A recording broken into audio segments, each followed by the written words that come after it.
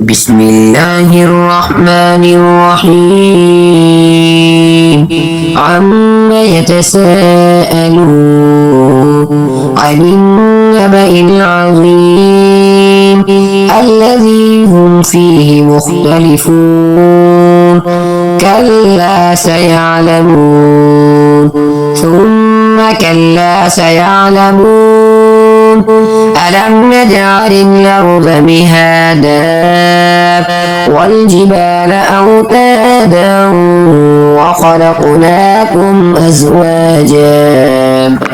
وجعلنا نومكم سباتا وجعلنا الليل لباسا وجعلنا النهار معاشا وبنينا فوقكم سبعا شدادا وجعلنا سراجا وهاجا وأنزلنا من المعصرات ماء ثجاجا لنخرج به حبا ونباتا وجنات ألفافا إن يوم الفصل كان ميقاتا يوم ينفخ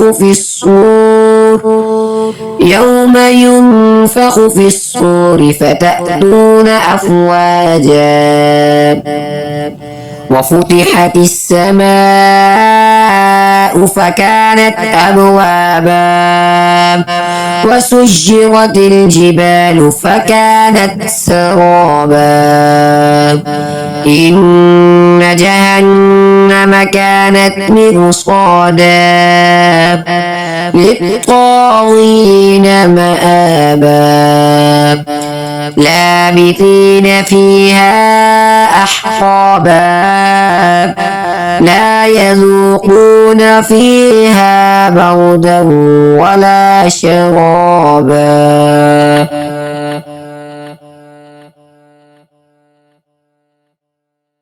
إلا حميما وغساقا جزاء وفاقا إنهم كانوا لا يرجون حسابا وكذبوا بآياتنا كذابا وكل شيء أحصيناه كتابا فذوقوا فلن نزيدكم إلا عذابا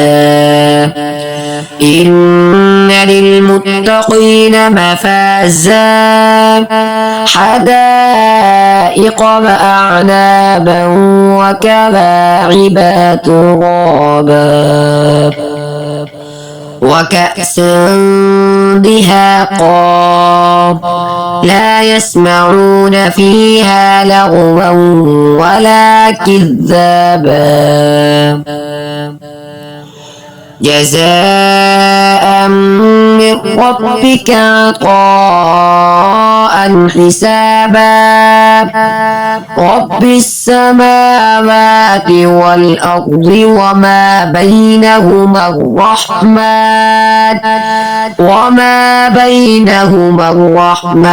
لا يوم يقوم الروح والملائكة صفا لا يتكلمون إلا من أذن له الرحمن وقال صوابا ذلك اليوم الحق فمن شاء اتخذ إلى ربه مآبا إنا أنذرناكم عذابا قريبا يوم ينظر المرء ما قدمت يداه ويقول الكافر يا ليتني كنت ترابا.